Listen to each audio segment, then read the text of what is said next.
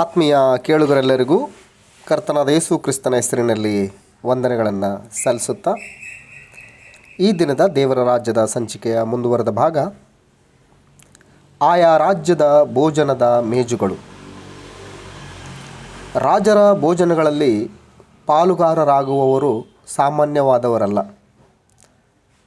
ಉದಾಹರಣೆಗೆ, ಬಾಬೇಲಿನ ಅರಸನಾದ ನೆಬೂಕದ್ನೆಚ್ಚರನು ಇಸ್ರಾಯೇಲ್ಯರಲ್ಲಿ, ಅಂದರೆ ರಾಜವಂಶೀಯರಲ್ಲಿ ಮತ್ತು ಪ್ರಧಾನರಲ್ಲಿ ಅಂಗದೋಷವಿಲ್ಲದವರು, ಸುಂದರರು, ಸಮಸ್ತ ಶಾಸ್ತ್ರಜ್ಞರು, ಪಂಡಿತರೂ ವಿದ್ಯಾನಿಪುಣರು, ರಾಜಾಲಯದಲ್ಲಿ ಸನ್ನಿಧಿ ಸೇವೆ ಮಾಡಲು ಸಮರ್ಥರಾದವರಿಗೆ ರಾಜನು ತನ್ನ ಭೋಜನ ಪದಾರ್ಥಗಳನ್ನು, ತಾನು ಕುಡಿಯುವ ದ್ರಾಕ್ಷಾರಸವನ್ನು ಅವರಿಗೆ ದಿನವಹಿ ಬಡಿಸುವ ಏರ್ಪಾಡು ಮಾಡಿದನು. ಇವರು ರಾಜಭೋಜನದ ಔತಣದಲ್ಲಿ ಪಾಲುಗಾರರಾಗಿದ್ದಾರೆಂದು ಹೇಳಬಹುದು. ಇವರೊಂದಿಗೆ ಸೇರಿದ ಇನ್ನು ಎಷ್ಟೋ ಜನರು ಈ ಭೋಜನದಲ್ಲಿ ಪಾಲನ್ನು ಪಡೆಯಲು ಕಾತುರದಿಂದಿದ್ದಾರೆ ಅಥವಾ ಈ ಅದೃಷ್ಟಕ್ಕಾಗಿ ನಿರೀಕ್ಷಿಸುತ್ತಿದ್ದಾರೆ. ಆದಾಗ್ಯೂ ಈ ಔತಣದ ಭೋಜನದ ಕುರಿತಾದ ಅನೇಕ ವಿವರಣೆಗಳು ನಮಗೆ ಲಭ್ಯವಾಗಿಲ್ಲ. ಸೌಲನ ಭೋಜನದ ಮೇಜು. ಹೇಗೋ ಇಸ್ರಾಯೇಲರನ್ನು ಆಳಿದ ರಾಜರ ಚರಿತ್ರೆಗೆ ಸಂಬಂಧಿಸಿದಂತೆ ರಾಜನಾದ ಸೌಲನ ಭೋಜನದ ಮೇಜಿನ ಕುರಿತು ನಮಗೆ ಸ್ವಲ್ಪ ಮಾಹಿತಿ ದೊರೆಯುತ್ತದೆ. ಅರಸನಾದ ಸೌಲನೊಂದಿಗೆ ಕುಳಿತು ಭೋಜನ ಮಾಡುವುದು ದಾವೀದನಿಗೆ ಪ್ರಾಣ ಸಂಕಟವಾಗಿ ಪರಿಣಮಿಸಿತು. ಅರಸನಾದ ಸೌಲನ ಭೋಜನದ ಮೇಜಿನ ಬಳಿಯಲ್ಲಿ ಯಾರ್ಯಾರಿಗೆ ನಿಗದಿಪಡಿಸಿದ ಸ್ಥಳವಿದೆಯೋ ಅದೇ ಸ್ಥಳದಲ್ಲಿ ಅವರೇ ಕುಳಿತುಕೊಳ್ಳುವಂತಹ ಅವಶ್ಯಕತೆ ಇದೆ ಎಂಬುದು ಗೋಚರಿಸುತ್ತದೆ. ಆಯಾ ಭೋಜನದ ಸಮಯಗಳಲ್ಲಿ ಮೇಜಿನ ಬಳಿಗೆ ಸಮೀಪಿಸಿದಾಗ ಹತ್ಯೆಯ ಯತ್ನಗಳೂ ಕೂಡ ಜರುಗಿದಂತಿದೆ. ಅಲ್ಲದೆ ದಾವೀದನಿಗಾಗಿ ಪ್ರತ್ಯೇಕಿಸಿದಂತಹ ಸ್ಥಳದಲ್ಲಿ ಆತನಿಲ್ಲದಿರುವುದನ್ನು ಗುರುತಿಸಿದಂತಹ ಸೌಲನು ಮರುದಿವಸದಲ್ಲಿಯೂ, ಅಂದರೆ ತಿಂಗಳಿನ 2ನೆಯ ದಿವಸದಲ್ಲಿಯೂ ದಾವೀದನ ಸ್ಥಾನವು ಬರಿದಾಗಿದ್ದರಿಂದ ಸೌಲನು ಇಷಯನ ಮಗನು ನೆನ್ನೆಯೂ ಈ ಹೊತ್ತು ಭೋಜನಕ್ಕೆ ಯಾಕೆ ಬರಲಿಲ್ಲ ಎಂದು ತನ್ನ ಮಗನಾದ ಯೋನಾತಾನನನ್ನು ಕೇಳಿದನು. 1ನೇ ಸಮುವೇಲ ಗ್ರಂಥ 20ನೇ ಅಧ್ಯಾಯ 27ನೇ ವಚನ. ದಾವೀದನು ಭೋಜನಕ್ಕೆ ಬರಲಿಲ್ಲವೆಂದು ಪ್ರೀತಿಯಿಂದ ಮಾಡಿದ ವಿಚಾರಣೆಯಲ್ಲ ಇದು. ನೀತಿಗೆ, ಭಕ್ತಿಗೆ, ಪ್ರೀತಿಗೆ, ಸಹನೆಗೆ ಪ್ರತಿರೂಪವಾದ ದಾವೀದನನ್ನು ಸಂಹರಿಸುವುದಕ್ಕಾಗಿಯೇ ಆ ವಿಚಾರಣೆ. ಅಸೂಹೆ ಎಂಬ ಬೆಂಕಿಯಿಂದ ದಹಿಸಲ್ಪಡುತ್ತಿರುವಂತಹ ಸೌಲನ ಭಾವೋದ್ರೇಕವೇ ಆ ವಿಚಾರಣೆಯ ಹಿಂದೆ ಅಡಗಿರುವಂತಹ ನಿಜಸ್ಥಿತಿ. ನೀತಿಯನ್ನು ಸಂಹರಿಸಬೇಕೆಂಬ ದುರ್ನೀತಿಯ ಆವೇದನೆಯು ಅದರಲ್ಲಿ ಪ್ರದರ್ಶಿಸಲ್ಪಟ್ಟಿತು. ತಂದೆ ಮಕ್ಕಳ ನಡುವೆ ಭೋಜನದ ಮೇಜಿನ ಬಳಿಯಲ್ಲಿ ನಡೆದ ಸಂಘರ್ಷಣೆಗಳ ಫಲಿತವಾಗಿ ಯೋನಾತಾನನು ಬಲುಸಿಟ್ಟುಕೊಂಡು ಪಂಕ್ತಿಯಿಂದೆದ್ದು ಹೊರಟು ಹೋದನು.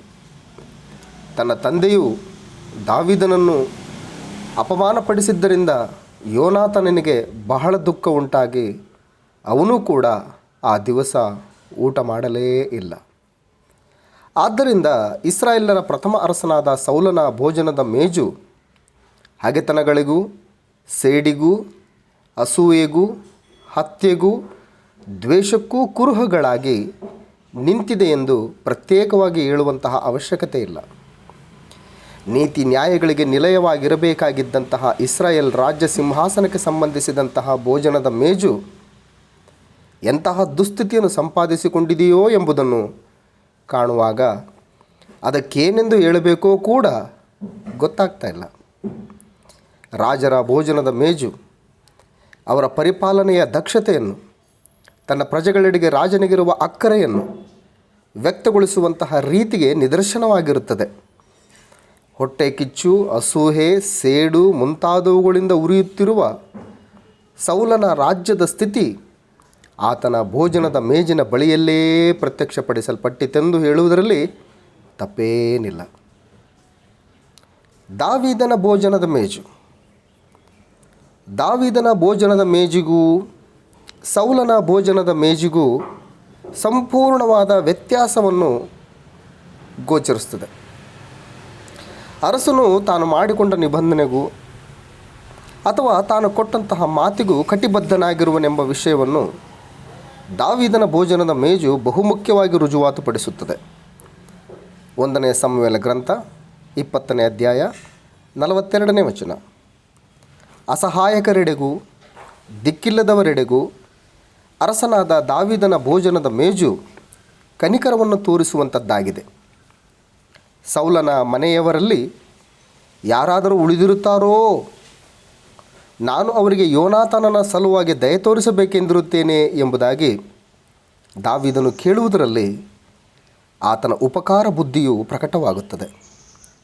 2 ಸಮುವೇಲ ಪುಸ್ತಕ 9ನೇ ಅಧ್ಯಾಯ 1ನೇ ವಚನ. ಅರಸನು ಅವನಿಗೆ, ಸೌಲನ ಕುಟುಂಬದವರಲ್ಲಿ ಯಾರಾದರೂ ಉಳಿದಿದ್ದರೆ ಹೇಳು, ನಾನು ದೇವರನ್ನು ನೆನೆಸಿ ಅವರಿಗೆ ದಯೆ ತೋರಿಸುತ್ತೇನೆ ಅಂದನು. ಆಗ ಚೀಬನು ಅರಸನಿಗೆ, ಯೋನಾತನನಿಗೆ 2 ಕಾಲು ಕುಂಟಾದ ಒಬ್ಬ ಮಗನಿರುತ್ತಾನೆಂಬ ಸಮಾಚಾರವು ಅರಸನಿಗೆ ಮುಟ್ಟಿತು. 2 ಸಮುವೇಲ ಪುಸ್ತಕ 9ನೇ ಅಧ್ಯಾಯ 3ನೇ ವಚನ. ಕೂಡಲೇ ಅರಸನು ಅವನನ್ನು ತನ್ನ ಸಮ್ಮುಖಕ್ಕೆ ಕರೆಸಿದನು. ಸೌಲನ ಮೊಮ್ಮಗನೂ ಯೋನಾತಾನನ ಮಗನೂ ಆದ ಮೆಫಿಬೋಶೆತನು ಬಂದಾಗ ದಾವೀದನಿಗೆ ಸಾಷ್ಟಾಂಗ ನಮಸ್ಕಾರ ಮಾಡಿದನು. ದಾವೀದನು, ಮೆಫಿಬೋಶೆತನೇ ಅನ್ನಲು ಅವನು, ನಿನ್ನ ಸೇವಕನಾದ ನಾನು ಇಲ್ಲಿದ್ದೇನೆ ಅಂದನು. ಆಗ ದಾವೀದನು ಅವನಿಗೆ, ಹೆದರಬೇಡ, ನಿನ್ನ ತಂದೆಯಾದ ಯೋನಾತಾನನನ್ನು ನೆನೆಸಿ ನಿನಗೆ ದಯೆ ತೋರಿಸುತ್ತೇನೆ. ನಿನ್ನ ಅಜ್ಜನಾದ ಸೌಲನ ಭೂಮಿಯನ್ನೆಲ್ಲ ನಿನಗೆ ಕೊಡುತ್ತೇನೆ ಮತ್ತು ನೀನು ಪ್ರತಿದಿನ ನನ್ನ ಪಂಕ್ತಿಯಲ್ಲಿ ಊಟ ಮಾಡಬೇಕು ಎಂದು ಹೇಳಿದನು.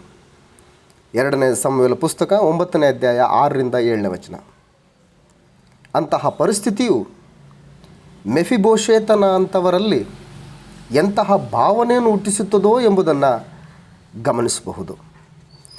ದಾವೀದನ ಭೋಜನದ ಮೇಜಿನ ಬಳಿಯಲ್ಲಿ ಇಂತಹ ಪ್ರೀತಿ, ದಯೆ ದೊರೆತಿರುವುದಕ್ಕೆ ಬಂದಂತಹ ಸ್ಪಂದನೆಯೂ ಕೂಡ ಅಷ್ಟೇ ಅಮೋಘವಾಗಿದೆ.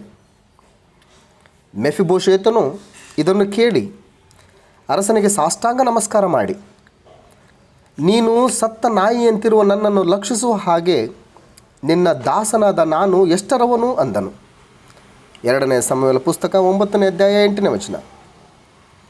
ಅರಸನ ಭೋಜನದ ಮೇಜು ತನ್ನೆಡೆಗೆ ತಾನು ತೋರ್ಪಡಿಸುವಂತಹ ದಯೆಯ ಧಾರಾಳತನವನ್ನು, ಪ್ರಜೆಗಳೆಡೆಗೆ ತನಗಿರುವ ಅಕ್ಕರೆಯನ್ನು ಪ್ರಕಟಪಡಿಸುತ್ತದೆ.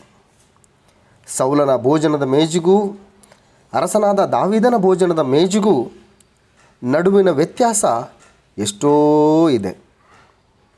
ಸೌಲನ ಭೋಜನದ ಮೇಜು ಭಯವನ್ನು ಹುಟ್ಟಿಸುವಂಥದ್ದಾಗಿರುವಾಗ ಅರಸನಾದ ದಾವೀದನ ಭೋಜನದ ಮೇಜು ಆದರಣೆ, ಆಪ್ಯಾಯತೆಗಳನ್ನು ಹೊರಹೊಮ್ಮಿಸುತ್ತಾ ಎದುರಿನಲ್ಲಿರುವವರನ್ನು ಕೃತಜ್ಞತಾ ಭಾವನೆಯನ್ನು ಹುಟ್ಟಿಸುವಂತೆ ಪ್ರತ್ಯಕ್ಷವಾಯಿತು. ಸೊಲೊಮೋನನ ಭೋಜನದ ಮೇಜು. ಅಂದೊಂದು ದಿನ ಶೆಬದ ರಾಣಿಯು ಸೊಲೊಮೋನನ ಭೋಜನದ ಮೇಜನ್ನು ಸಮೀಪಿಸಿದಳು. ಅದು ಐಷಾರಾಮಿತನವನ್ನು, ಸ್ವಾರ್ಥವನ್ನು ಪ್ರದರ್ಶಿಸಿದಂತಿದೆ. ಶೆಬದ ರಾಣಿಯು ಸೊಲೊಮೋನನ ಎಲ್ಲ ಜ್ಞಾನವನ್ನು, ಅವನು ಕಟ್ಟಿಸಿದ ಅರಮನೆ, ಅವನ ಭೋಜನ ಪೀಠದ ಆಹಾರ, ಆ ಪೀಠದ ಸುತ್ತಲಿರುವ ಉದ್ಯೋಗಸ್ಥರ ಆಸನಗಳು, ಅವನ ಪರಿಚಾರಕರ ಸೇವಾಕ್ರಮ, ಅವರ ಉಡುಪುಗಳು, ಅವನ ಪಾನಕಗಳು, ಇವುಗಳನ್ನು ಅವನು ಯೆಹೋವನ ಆಲಯದಲ್ಲಿ ಸಮರ್ಪಿಸುತ್ತಿದ್ದ ಸರ್ವಾಂಗ ಹೋಮಗಳನ್ನು ನೋಡಿದಾಗ ವಿಸ್ಮಿತಳಾಗಿ 1ನೇ ಅರಸುಗಳ ಪುಸ್ತಕ 10ನೇ ಅಧ್ಯಾಯ 4ರಿಂದ 9ನೇ ವಚನ. ಸೊಲೊಮೋನನ ಐಷಾರಾಮಿತನದಿಂದ ಕೂಡಿದ ಭೋಜನದ ಮೇಜು ಸ್ವಾರ್ಥಪೂರಿತವಾದ ಜೀವನ ಶೈಲಿಯನ್ನು ಪ್ರದರ್ಶಿಸುತ್ತದೆ. ಸೊಲೊಮೋನನ ಅರಮನೆಗೆ ದಿನಂಪ್ರತಿ ಬೇಕಾಗುವ ಆಹಾರ ಪದಾರ್ಥಗಳು 30 ಕೋರ್ ಗೋಧಿಯ ಹಿಟ್ಟು, 60 ಕೋರ್ ಜವೆ ಗೋಧಿಯ ಹಿಟ್ಟು, 10 ಕಟ್ಟಿ ಮೇಯಿಸಿದ ಎತ್ತುಗಳು, 20 ಬಿಟ್ಟು ಮೇಯಿಸಿದ ಎತ್ತುಗಳು, 100 ಕುರಿಗಳು, ಇವುಗಳ ಹೊರತು ದುಪ್ಪಿ, ಜಿಂಕೆ, ಸಾರಗ, ಕೊಬ್ಬಿದ ಕೋಳಿಗಳು ಇವುಗಳೇ. ಒಂದನೇ ಅರಸುಗಳ ಪುಸ್ತಕ 4ನೇ ಅಧ್ಯಾಯ 22ರಿಂದ 23ನೇ ವಚನ. ಒಂದೊಂದು ದಿನಕ್ಕೂ ಸೊಲೊಮೋನನ ಭೋಜನ ಸಾಮಗ್ರಿಗಳು ಎಷ್ಟೋ ಎಂಬುದನ್ನು ಆಲೋಚಿಸಿದ್ದೇ ಆದರೆ ಆತನ ಭೋಜನದ ಮೇಜಿನ ಬಳಿ ಕುಳಿತುಕೊಳ್ಳುವವರು ಎಂಥವರಾಗಿರುತ್ತಾರೋ, ಅದು ಎಷ್ಟೊಂದು ಸಿರಿವಂತಿಕೆಯಿಂದ ಕೂಡಿದ ಜೀವನ ಶೈಲಿಗೆ ನಿದರ್ಶನವಾಗಿ ನಿಂತಿದೆಯೋ ಎಂದು ಹೇಳಲು ಅಸಾಧ್ಯ. ಹೌದಲ್ವಾ? ಆತನ ಸ್ವಾರ್ಥತೆಗೆ ಅದು ಪ್ರತೀಕವಾಗಿ ನಿಲ್ಲುತ್ತದೆ. ರಾಜ್ಯನಾಗಿ ಬಾಧ್ಯತೆ ರಹಿತವಾದಂತಹ ವ್ಯಕ್ತಿಯಾಗಿ ಸೂಚಿಸಲ್ಪಟ್ಟಿದ್ದಾನೆ. ತನ್ನ ಪ್ರಜೆಗಳನ್ನು ಹಚ್ಚಿಕೊಳ್ಳಲಾರದಂಥವನಂತೆ ಕಾಣಿಸುತ್ತಾನೆ. ಆತನು ಮಾಡಿದಂತಹ ಕೆಲಸಗಳು ಇದಕ್ಕೆ ಸಾಕ್ಷಿಯಾಗಿ ನಿಲ್ಲುತ್ತವೆ. ಪ್ರಸಂಗಿ ಪುಸ್ತಕ 2ನೇ ಅಧ್ಯಾಯ 4ರಿಂದ 17ನೇ ವಚನವನ್ನು ಗಮನಿಸುವಾಗ, ಆದ್ದರಿಂದ ಇದನ್ನು ಇಲ್ಲಿಯೇ ಬಿಟ್ಟು ನೇರವಾಗಿ ದೇವರ ರಾಜ್ಯದೊಳಗೆ ಹೋಗೋಣ. ಕ್ರಿಸ್ತನ ಭೋಜನದ ಮೇಜು. ಯಾಕೆಂದರೆ ತಿನ್ನುವುದು ಕುಡಿಯುವುದು ದೇವರ ರಾಜ್ಯವಲ್ಲ. ನೀತಿಯೂ ಸಮಾಧಾನವೂ ಪವಿತ್ರಾತ್ಮನಿಂದಾಗುವ ಆನಂದವೂ ಆಗಿದೆ. ರೋಮಾಪುರದವರು ಬರೆದ ಪತ್ರಿಕೆ 14ನೇ ಅಧ್ಯಾಯ 17ನೇ ವಚನ. ಅಂದರೆ ಅದು ಶರೀರವನ್ನು ಪೋಷಿಸಿಕೊಳ್ಳಲು ಉದ್ದೇಶಿಸಿದಂತಹ ಅನ್ನಪಾನಗಳನ್ನು ಸೇವಿಸುವುದಕ್ಕೆ ಸಂಬಂಧಿಸಿದಂಥದ್ದಲ್ಲ. 1ನೇ ಕೊರಿಂಥ 11ನೇ ಅಧ್ಯಾಯ 22ರಿಂದ 34ನೇ ವಚನದವರೆಗೆ, ಏನು ಉಣ್ಣುವುದಕ್ಕೂ ಕುಡಿಯುವುದಕ್ಕೂ ಮನೆಗಳಿಲ್ಲದೇ ಇದ್ದೀರಾ? ಅಥವಾ ದೇವರ ಸಭೆಯನ್ನು ಅಸಡ್ಡೆ ಮಾಡಿ ಏನೂ ಇಲ್ಲದವರನ್ನು ನಾಚಿಕೆಪಡಿಸುತ್ತೀರಾ? ಹಸಿವನ್ನು ನೀಗಿಸುವ ಭೋಜನವು ಮನೆಗೆ ಮೀಸಲಾಗಿಡಲ್ಪಟ್ಟಿದೆ. ನೀವು ಕೂಡಿ ಬರುವುದು ಶಿಕ್ಷಾವಿಧಿಗೆ ಕಾರಣವಾಗದಂತೆ ಯಾವನಾದರೂ ಹಸಿದಿದ್ದರೆ ತನ್ನ ಮನೆಯಲ್ಲೇ ಊಟ ಮಾಡಿ ಎಂಬುದಾಗಿ ಹೇಳಲ್ಪಡುತ್ತದೆ. ಮಿಕ್ಕ ಅರಸರ ಭೋಜನದ ಮೇಜಿಗೂ ದೇವರ ರಾಜ್ಯದಲ್ಲಿನ ಪರಿಸ್ಥಿತಿಗೂ ಎಷ್ಟೋ ವ್ಯತ್ಯಾಸವಿದೆ. ಅವರ ಭೋಜನದ ಮೇಜುಗಳಿಗೆ ಹಸಿವನ್ನು ನೀಗಿಸುವಂತಹ ಭೋಜನವು ಪ್ರಮುಖವಾಗಿದೆ. ದೇವರ ರಾಜ್ಯದಲ್ಲಿ ಆದರೂ ಶಾರೀರಿಕ ಹಸಿವೆಯನ್ನು ನೀಗಿಸುವುದಕ್ಕೆ ಪ್ರಾಮುಖ್ಯತೆ ಇಲ್ಲ. ದೇವರ ರಾಜ್ಯದಲ್ಲಿ ಬಹುಮುಖ್ಯವಾಗಿ ದೇವರು ಕ್ರಿಸ್ತೇಸುವಿನಲ್ಲಿರುವ ನಂಬಿಗಸ್ತರಿಗೆ ಅನುಗ್ರಹಿಸುವಂತಹ ಆತನ ನೀತಿ, ಕ್ರಿಸ್ತೇಸುವಿನ ಶಿಷ್ಯರಿಗೆ ಆತನು ದೇವರೊಂದಿಗೆ ಊಟ ಮಾಡುವಂತಹ ಶಾಂತಿ, ಕಷ್ಟಗಳಲ್ಲಿ ಸಂತೋಷಿಸುವಂತಹ ಪರಿಶುದ್ಧಾತ್ಮನಲ್ಲಿನ ಆನಂದ, ಇವು ದೊರೆಯುವಂಥವಾಗಿವೆ. ಇಂತಹ ಉನ್ನತವಾದ ಸ್ಥಿತಿ ಲೋಕದಲ್ಲಿ ಎಲ್ಲಿಯೂ ಕಾಣಿಸುವುದಕ್ಕೆ ಸಾಧ್ಯವೇ ಇಲ್ಲ. ಅಂಥದ್ದೊಂದು ಕೇವಲ ದೇವರ ರಾಜ್ಯಕ್ಕೆ ಪರಿಮಿತ ಆಗಿದೆ.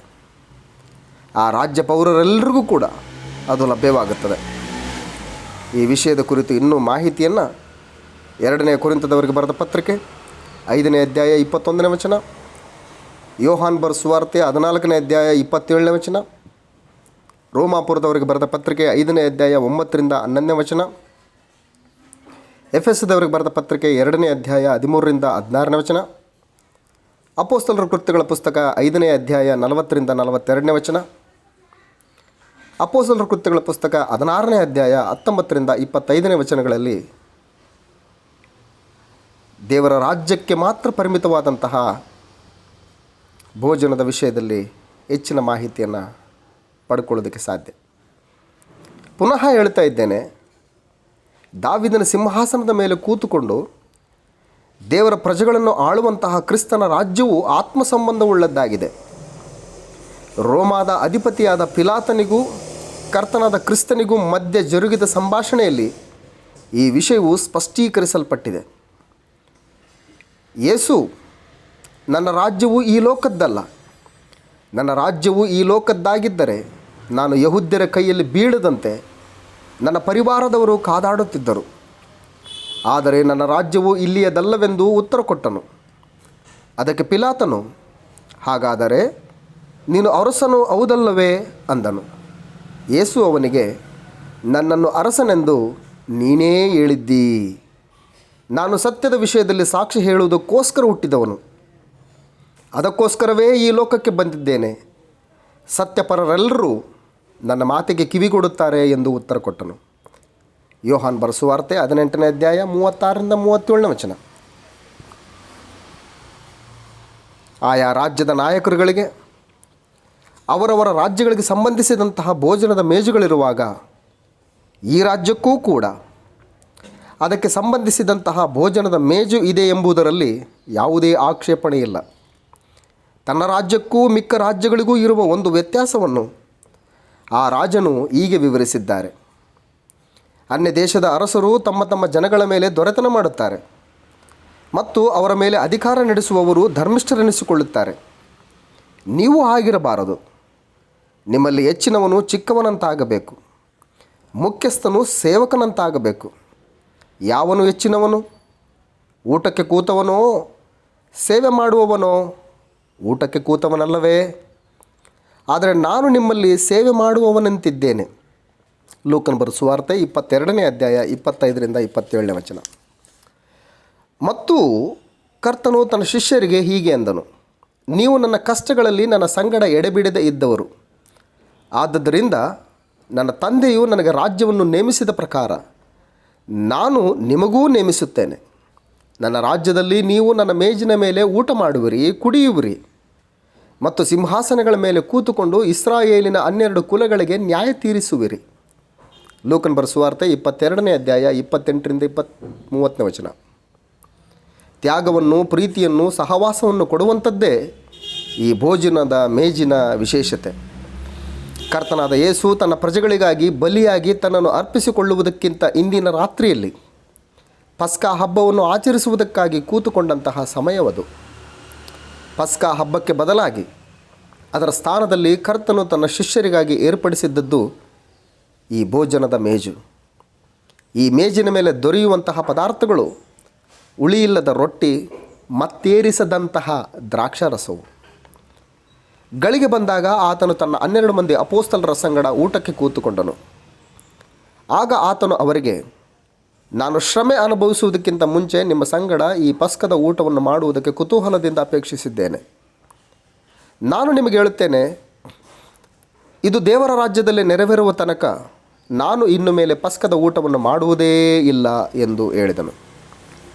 ಆಮೇಲೆ ಆತನು ದ್ರಾಕ್ಷಾರಸದ ಪಾತ್ರೆಯನ್ನು ತೆಗೆದುಕೊಂಡು ದೇವರ ಸ್ತೋತ್ರ ಮಾಡಿ, ಇದನ್ನು ತಕ್ಕೊಂಡು ನಿಮ್ಮಲ್ಲಿ ಹಂಚಿಕೊಳ್ಳಿರಿ. ಇಂದಿನಿಂದ ದೇವರ ರಾಜ್ಯವು ಬರುವ ತನಕ ನಾನು ದ್ರಾಕ್ಷಾರಸವನ್ನು ಕುಡಿಯುವುದೇ ಇಲ್ಲವೆಂದು ನಿಮಗೆ ಹೇಳುತ್ತೇನೆ ಅಂದನು. ಬಳಿಕ ಆತನು ರೊಟ್ಟಿಯನ್ನು ತೆಗೆದುಕೊಂಡು ಸ್ತೋತ್ರ ಮಾಡಿ ಮುರಿದು ಅವರಿಗೆ ಕೊಟ್ಟು, ಇದು ನಿಮಗೋಸ್ಕರ ಕೊಟ್ಟಿರುವ ನನ್ನ ದೇಹ, ನನ್ನನ್ನು ನೆನೆಸಿಕೊಳ್ಳುವುದಕ್ಕೋಸ್ಕರ ಹೀಗೆ ಮಾಡಿರಿ ಅಂದನು. ಊಟವಾದ ಮೇಲೆ ಆತನು ಅದೇ ರೀತಿಯಾಗಿ ಪಾತ್ರೆಯನ್ನು ತೆಗೆದುಕೊಂಡು, ಈ ಪಾತ್ರೆಯು ನಿಮಗೋಸ್ಕರ ಸುರಿಸಲ್ಪಡುವ ನನ್ನ ರಕ್ತದಿಂದ ಸ್ಥಾಪಿತವಾಗುವ ಹೊಸ ಒಡಂಬಡಿಕೆಯನ್ನು ಸೂಚಿಸುತ್ತದೆ. ಲೂಕನ ಬರೆಸುವಾರ್ತೆ 22ನೇ ಅಧ್ಯಾಯ 14ರಿಂದ 20ನೇ ವಚನ. ದೇವರ ರಾಜ್ಯದ ಪೌರರು ಕೂಡಿ ಬರುವಂತಹ ದಿನದಲ್ಲಿ ಅವರು ಇದನ್ನು ಜ್ಞಾಪಕಾರ್ಥ ದಿನವನ್ನಾಗಿ ಆಚರಿಸಬೇಕಾಗಿರುತ್ತದೆ. ಮೊದಲನೆಯ ಶತಮಾನದಿಂದಲೂ ಅವರು ಕೂಡಿ ಬರುವಂಥದ್ದು ವಾರದ ಮೊದಲನೆಯ ದಿನದಂದು. ವಾರಗಳಲ್ಲಿನ ಮೊದಲನೆಯ ದಿನವನ್ನು ಭಾನುವಾರ ಅಂತಾರೆ. ಅಪೊಸ್ತಲರ ಕೃತ್ಯಗಳ ಪುಸ್ತಕ 20ನೇ ಅಧ್ಯಾಯ 7ನೇ ವಚನ. ಆ ದಿನದಲ್ಲಿ ಅವರು ಈ ಭೋಜನದಲ್ಲಿ ಪಾಲು ಹೊಂದುವುದಕ್ಕಾಗಿ ಕೂಡಿ ಬರುತ್ತಿರುತ್ತಾರೆ. ಕೊರಿಂಥದವರಿಗೆ ಬರೆದ ಮೊದಲನೇ ಪತ್ರಿಕೆ 11ನೇ ಅಧ್ಯಾಯ 17ರಿಂದ 20ನೇ ವಚನ. ಇದು ದೇವರ ರಾಜ್ಯದಲ್ಲಿ ಆ ರಾಜ್ಯದ ರಾಜನೊಂದಿಗೆ ರಾಜ ಪೌರರೂ ಕೂಡಿಕೊಂಡು ಆಚರಿಸುವಂತಹ ಅಥವಾ ತಿಂದು ಕುಡಿಯುವಂತಹ ಭೋಜನವಾಗಿರುತ್ತದೆ. ಇದರ ಪ್ರಾರಂಭೋತ್ಸವವು ಸಮಯದಲ್ಲಿ ಪಾಲು ಹೊಂದಿದವರಲ್ಲಿ ಒಬ್ಬನಾಗಿಲ್ಲದಿದ್ದರೂ ಅಪೊಸ್ತಲನಾದ ಪೌಲನಿಗೆ ಇದು ಒಪ್ಪಿಸಿಕೊಡಲ್ಪಟ್ಟಿತು. ಆತನು ಇದನ್ನು ವಿಧಿಯನ್ನಾಗಿ ಸಭೆಗೆ ಒಪ್ಪಿಸಿಕೊಟ್ಟನು. ಕೊರಿಂಥದವರಿಗೆ ಬರೆದ ಮೊದಲನೇ ಪತ್ರಿಕೆ 11ನೇ ಅಧ್ಯಾಯ 23ರಿಂದ 24ನೇ ವಚನದಲ್ಲಿ ಈ ರೀತಿಯಾಗಿ ಹೇಳಲ್ಪಡ್ತದೆ, ನಾನು ನಿಮಗೆ ತಿಳಿಸಿಕೊಟ್ಟ ಉಪದೇಶವನ್ನು ಕರ್ತನಿಂದ ಹೊಂದಿದ್ದೆನು. ಅದೇನೆಂದರೆ, ಕರ್ತನಾದ ಯೇಸು ತಾನು ಹಿಡಿದುಕೊಡಲ್ಪಟ್ಟ ರಾತ್ರಿಯಲ್ಲಿ ರೊಟ್ಟಿಯನ್ನು ತೆಗೆದುಕೊಂಡು ದೇವರ ಸ್ತೋತ್ರ ಮಾಡಿ ಮುರಿದು, ಇದು ನಿಮಗೋಸ್ಕರವಾಗಿರುವ ನನ್ನ ದೇಹ, ನನ್ನನ್ನು ನೆನೆಸಿಕೊಳ್ಳೋದಕ್ಕೋಸ್ಕರ ಹೀಗೆ ಮಾಡಿರಿ ಅಂದನು. ಈ ಭೋಜನದಲ್ಲಿ ಪಾಲು ಹೊಂದುವವರು ಆ ರಾಜ್ಯದ ಪೌರರು. ಭೂರಾಜರುಗಳಲ್ಲಿನ ಪ್ರತಿಯೊಬ್ಬನು ತನ್ನ ರಾಜ್ಯವನ್ನು ಸಂಪಾದಿಸಿಕೊಳ್ಳುವುದಕ್ಕಾಗಿ ಬೇರೆಯವರ ರಕ್ತವನ್ನು ಚಿಮ್ಮಿಸುತ್ತಾನೆ. ಈ ರಾಜ್ಯದ ರಾಜನಾದರೋ ತನ್ನ ರಕ್ತವನ್ನೇ ದಾನ ಮಾಡಿ ಪೌರರನ್ನು ಸಂಪಾದಿಸಿಕೊಂಡಿದ್ದಾನೆ. ಪ್ರಕಟಣೆ ಗ್ರಂಥ 5ನೇ ಅಧ್ಯಾಯ 9ರಿಂದ 10ನೇ ವಚನ. ಅಪೊಸ್ತಲರ ಕೃತ್ಯಗಳ ಪುಸ್ತಕ 20ನೇ ಅಧ್ಯಾಯ 28ನೇ ವಚನ. ಆ ರಾಜನಿಗೂ ತನ್ನ ಪ್ರಜೆಗಳಿಗೂ ಇರುವಂತಹ ಸಂಬಂಧ ಬಾಂಧವ್ಯಗಳು ಅದ್ಭುತವಾಗಿವೆ. ತನ್ನ ಪ್ರಜೆಗಳಿಗೆ ಯಾರಾದರೂ ಉಪಕಾರ ಮಾಡಿದರೆ ಅದನ್ನು ತನಗೆ ಮಾಡಿದಂತೆ ಎಂದು ಭಾವಿಸುವಂತಹ ರಾಜನು ಈತನು. ಮತ್ತಾಯನ ಬರೆಸುವಾರ್ತೆ 25ನೇ ಅಧ್ಯಾಯ 34ರಿಂದ 40ನೇ ವಚನ. ಅಷ್ಟು ಮಾತ್ರವಲ್ಲದೆ ತನ್ನ ರಾಜ್ಯದ ಪೌರರಿಗೆ ಯಾರಾದರೂ ಕೇಡನ್ನು ಮಾಡಿದರೆ ಅದನ್ನು ತನಗೆ ಮಾಡಿದಂತೆ ಎಂದು ಭಾವಿಸುವಂತಹ ರಾಜನು ಈತನು.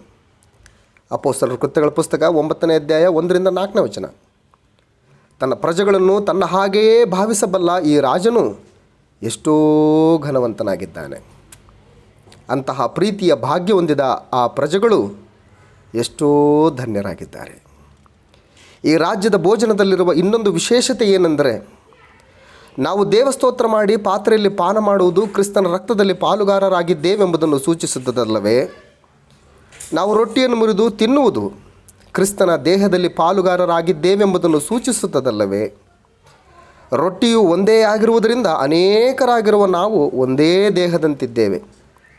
ಕೊರಿಂಥದವರಿಗೆ ಬರೆದ ಮೊದಲನೇ ಪತ್ರಿಕೆ 10ನೇ ಅಧ್ಯಾಯ 16ರಿಂದ 17ನೇ ವಚನ. ರಕ್ತದಲ್ಲಿ ಪಾಲುಗಾರರಾದವರೆಲ್ಲರೂ ಕೂಡ ರಕ್ತ ಸಂಬಂಧಿಗಳೇ ಅಲ್ವಾ?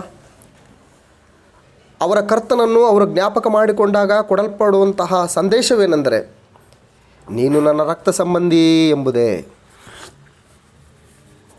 ನೀನು ನನ್ನ ರಕ್ತ ಸಂಬಂಧಿ ಎಂಬುದೇ. ಅನಾಲೋಚನೆಯಿಂದ ಮಾಡುವಂಥವನಿಗೆ ಅದು ಹಿಡಿಸದೇ ಇರಬಹುದು. ಆದರೆ ತಾನು ಮಾಡುವಂಥದ್ದು ಏನಾಗಿದೆಯೋ ಎಂಬುದನ್ನು ತಾನರಿತು ಮಾಡಿದಂಥವನಿಗೆ ಕೇಳಿಸುವಂತಹ ಸಂದೇಶ, ನೀನು ಕ್ರಿಸ್ತನ ರಕ್ತ ಸಂಬಂಧಿ ಎಂಬುವಂಥದ್ದೇ. ಮಾತಿಗೂ ಅದನ್ನು ಕೇಳುವಂತಹ ಪ್ರತಿಯೊಬ್ಬನು ಎಂತಹ ಭಾವನೆಯನ್ನು ಬೆಳೆಸಿಕೊಳ್ಳಬೇಕೆಂಬುದನ್ನು ಪ್ರತ್ಯೇಕವಾಗಿ ಹೇಳಬೇಕಾ? ಈ ಪಾತ್ರೆಯಲ್ಲಿ ಪಾಲುಳ್ಳವರೆಲ್ಲರೂ ಕೊನೆಗೆ ರಕ್ತ ಸಂಬಂಧಿಗಳೆಂಬ ಬಂಧವನ್ನು ಹೊಂದಿರುತ್ತಾರೆ. ಸಮಸ್ತ ಭೇದಗಳೆಲ್ಲವೂ ಸಮಾಪ್ತಿಯಾಗುತ್ತವೆ. ಮಾನವ ಜಾತಿಯೆಲ್ಲ ಒಂದೇ ಎಂಬುದಾಗಿ ನಿರ್ಧರಿಸಲ್ಪಡುತ್ತದೆ. ಅದರಲ್ಲಿ ಅಡಗಿರುವ ಉದ್ದೇಶ ಬೇರೆ ಏನಾದರೂ ಇದೆಯಾ? ಇದನ್ನು ಬಿಟ್ಟು ಅದು ಸಾಲದೆಂದೆಣಿಸಿದಂತೆ ನಾವು ರೊಟ್ಟಿಯನ್ನು ಮುರಿದು ತಿನ್ನುವುದು ಕ್ರಿಸ್ತನ ದೇಹದಲ್ಲಿ ಪಾಲುಗಾರರಾಗಿದ್ದೇವೆಂಬುದನ್ನು ಸೂಚಿಸ್ತದಲ್ವಾ? ಹಾಗೆ ತಿನ್ನುವವರೆಲ್ಲರೂ ಒಂದೇ ದೇಹದೊಳಗಣ ಅಂಗಾಂಗಗಳೆಂದು ಭಾವಿಸಲ್ಪಡ್ತೀವಲ್ವಾ? ಹಾಗಿರುವಾಗ ಈ ರಾಜ್ಯ ಭೋಜನದಲ್ಲಿ ಪಾಲುಗಾರರಾದವರು ಒಂದೇ ದೇಹದಲ್ಲಿನ ಅಂಗಾಂಗಗಳಲ್ಲವೇ? ಒಂದೇ ದೇಹದೊಳಗಣದಲ್ಲಿನ ಅಂಗಾಂಗಗಳಲ್ಲಿ ಎಷ್ಟು ಜಾತಿಗಳು ಹಾಗಾದರೆ? ಎಷ್ಟು ಕುಲಗಳು ಹಾಗಾದರೆ? ಎಷ್ಟು ಜನಾಂಗಗಳು ಹಾಗಾದರೆ? ಎಷ್ಟು ಭಿನ್ನತೆಗಳಿರುತ್ತವೆ ಹಾಗಾದರೆ? ಸಂಗತಿಗಳನ್ನು ನೀವು ಯಾವ ಕಡೆಯಿಂದಲಾದರೂ ನೋಡಿದರೂ ಪ್ರತಿ ಕೋನದಿಂದಲೂ ಪ್ರತಿಧ್ವನಿಸುವಂತಹ ಸಂದೇಶ ಒಂದೇ. ಯೇಸುವು ಪ್ರಭುವನ್ನು, ಯೇಸು ಕ್ರಿಸ್ತನು ಪ್ರಭಾವವನ್ನು, ಮಾನವನ್ನು ಕಿರೀಟವಾಗಿ ಹೊಂದಿರುವುದನ್ನು ನಾವು ನೋಡ್ತೇವೆ. ಹೇಗೆ ಈ ಪ್ರಭಾವ ಮಾನ ಆತನಿಗೆ ಕಿರೀಟವಾಗಿ ದೊರಕಿತೆಂಬುದನ್ನು ನೋಡುವಾಗ, ಮೃತಪಟ್ಟದ್ದರಿಂದಲೇ ಮಾನ ಪ್ರಭಾವಗಳನ್ನು ಹೊಂದಿದನು. ಆತನು ದೇವರ ಕೃಪೆಯಿಂದ ಎಲ್ಲರಿಗೋಸ್ಕರ ಮರಣವನ್ನು ಅನುಭವಿಸಲೇಬೇಕಾಗಿತ್ತು ಎಂಬುದಾಗಿ ಇಬ್ರಿಯರಿಗೆ ಬರೆದ ಪತ್ರಿಕೆ 2ನೇ ಅಧ್ಯಾಯ 9ನೇ ವಚನದಲ್ಲಿ ಕಾಣ್ತೇವೆ. ಆತನು ಅವತರಿಸಿರುವುದರಲ್ಲಿನ 2ನೇ ರಹಸ್ಯವನ್ನು ಆತನ ಮಾತುಗಳಲ್ಲಿಯೇ ಕೇಳೋಣ. ಯೇಸು, ನನ್ನ ರಾಜ್ಯವು ಈ ಲೋಕದ್ದಲ್ಲ. ನನ್ನ ರಾಜ್ಯವು ಈ ಲೋಕದ್ದಾಗಿದ್ದರೆ ನಾನು ಯೆಹೂದ್ಯರ ಕೈಯಲ್ಲಿ ಬೀಳದಂತೆ ನನ್ನ ಪರಿವಾರದವರು ಕಾದಾಡುತ್ತಿದ್ದರು. ಆದರೆ ನನ್ನ ರಾಜ್ಯವು ಇಲ್ಲಿಯದಲ್ಲವೆಂದು ಉತ್ತರ ಕೊಟ್ಟನು. ಅದಕ್ಕೆ ಪಿಲಾತನು, ಹಾಗಾದರೆ ನೀನು ಅರಸನ ಹೋದಲ್ಲವೇ ಅಂದನು. ಯೇಸು ಅವನಿಗೆ, ನನ್ನನ್ನು ಅರಸನೆಂದು ನೀನು ಹೇಳಿದ್ದಿ. ನಾನು ಸತ್ಯದ ವಿಷಯದಲ್ಲಿ ಸಾಕ್ಷಿ ಹೇಳುವುದಕ್ಕೋಸ್ಕರ ಹುಟ್ಟಿದವನು. ಅದಕ್ಕೋಸ್ಕರವೇ ಈ ಲೋಕಕ್ಕೆ ಬಂದಿದ್ದೇನೆ. ಸತ್ಯಪರರೆಲ್ಲರೂ ನನ್ನ ಮಾತಿಗೆ ಕಿವಿ ಕೊಡುತ್ತಾರೆ ಎಂದು ಉತ್ತರ ಕೊಟ್ಟನು. ಯೋಹಾನ ಬರೆಸುವಾರ್ತೆ 18ನೇ ಅಧ್ಯಾಯ 36ರಿಂದ 38ನೇ ವಚನ. ಸತ್ಯದ ಪರವಾಗಿರುವಂತಹ ಪ್ರತಿಯೊಬ್ಬನೂ ಆತನ ಮಾತಿಗೆ ಕಿವಿಗೊಡುತ್ತಾನೆ. ಆತನ ಮಾತನ್ನು ಕೇಳುವಂಥವರನ್ನು ಕರ್ತನು ತನ್ನ ರಾಜ್ಯ ಪೌರರಾಗುವ ಹಾಗೆ ತನ್ನ ರಕ್ತದಿಂದ ಕೊಂಡುಕೊಂಡು ಅವರನ್ನು ಒಂದು ರಾಜ್ಯವನ್ನಾಗಿಯೂ ಯಾಜಕರನ್ನಾಗಿಯೂ ಮಾಡ್ತಾನೆ. ಪ್ರಕಟಣೆ ಗ್ರಂಥ 5ನೇ ಅಧ್ಯಾಯ 9ರಿಂದ 10ನೇ ವಚನ. ಪೇತ್ರನ ಬರೆದ ಮೊದಲನೇ ಪತ್ರಿಕೆ 2ನೇ ಅಧ್ಯಾಯ 9ನೇ ವಚನ. ತನ್ನ ರಾಜ್ಯ ಪೌರರ ಮಧ್ಯದಲ್ಲಿ ಯಾವುದೇ ಭೇದವು ತಲೆ ಎತ್ತದಂತೆ ಅವರ ನಡುವೆ ಭೇದಗಳನ್ನುಂಟು ಮಾಡುವಂತಹ ಎಂಥ ಪರಿಸ್ಥಿತಿಯನ್ನಾದರೂ ಸರಿಯೇ ತನ್ನ ಶಿಲುಬೆಯ ರಕ್ತದ ಮೂಲಕ ನಿರ್ನಾಮಗೊಳಿಸಿ ಅವರೆಲ್ಲರನ್ನು ಒಂದೇ ದೇಹವನ್ನಾಗಿಸುವಂತೆ ಮಾಡುವ ದಿಕ್ಕಿನಲ್ಲಿ ತನ್ನ ಆಳ್ವಿಕೆಯನ್ನು ಮುಂದುವರಿಸುತ್ತಿದ್ದಾನೆ. ಅಷ್ಟೇನಾ ಅಂದರೆ ಅಷ್ಟೇ ಅಲ್ಲ. ಈಗಲಾದರೂ ಮೊದಲು ದೂರವಾಗಿದ್ದ ನೀವು ಕ್ರಿಸ್ತೇಸುವನ್ನು ಸೇರಿದವರಾಗಿದ್ದು ಆತನ ರಕ್ತದ ಮೂಲಕ ಸಮೀಪಸ್ಥರಾದಿರಿ. ನಿಮ್ಮನ್ನು ನಮ್ಮನ್ನು ಒಂದು ಮಾಡಿದವನಾದ ಆತನೇ ನಮಗೆ ಸಮಾಧಾನಕರ್ತೃವಾಗಿದ್ದಾನೆ.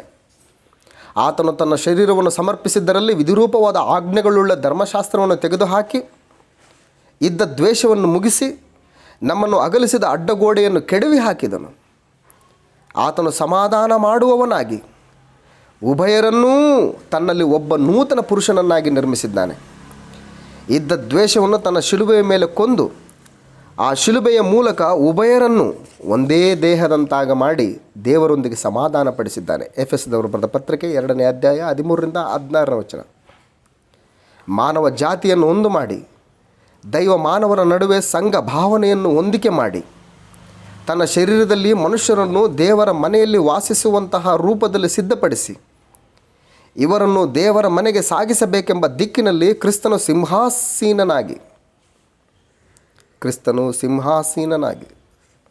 ಸಿಂಹಾಸನಾಸೀನನಾಗಿ ಆಳ್ವಿಕೆ ಮಾಡ್ತಾ ಇದ್ದಾನೆ. ಹಾಗೂ ಆತನ ರಾಜ್ಯದಲ್ಲಿನ ಭೋಜನದ ಮೇಜು ಕೂಡ ಈ ದೃಷ್ಟಿಯಿಂದಲೇ ಏರ್ಪಡಿಸಿರುವಂತೆ ಗೋಚರಿಸುತ್ತದೆ. ಕ್ರಿಸ್ತನಲ್ಲಿ, ಆತನ ದೇಹವೆಂಬ ಸಭೆಯಲ್ಲಿ ಅಥವಾ ದೇವರ ರಾಜ್ಯದಲ್ಲಿ ಸಮಸ್ತ ಭೇದಗಳು, ವೈಷಮ್ಯಗಳು ತೊಲಗಿಸಲ್ಪಟ್ಟಂತಹ ಮನುಷ್ಯ ಜಾತಿಯು ದೇವರೊಂದಿಗೆ ಸಮಾಧಾನ ಹೊಂದಿ ಸಮಾಧಾನದ ಸ್ಥಿತಿಯಲ್ಲೇ ಮುಂದುವರಿಸುವಂತಹ ದಿಕ್ಕಿನಲ್ಲಿಯೇ ಆತನು ರಾಜ್ಯಪಾಲನೆಯನ್ನು ಮಾಡುತ್ತಿದ್ದಾನೆ. ಕ್ರಿಸ್ತನು ರಾಜ್ಯಪಾಲನೆಯನ್ನು ಮಾಡ್ತಾ ಇದ್ದಾನೆ.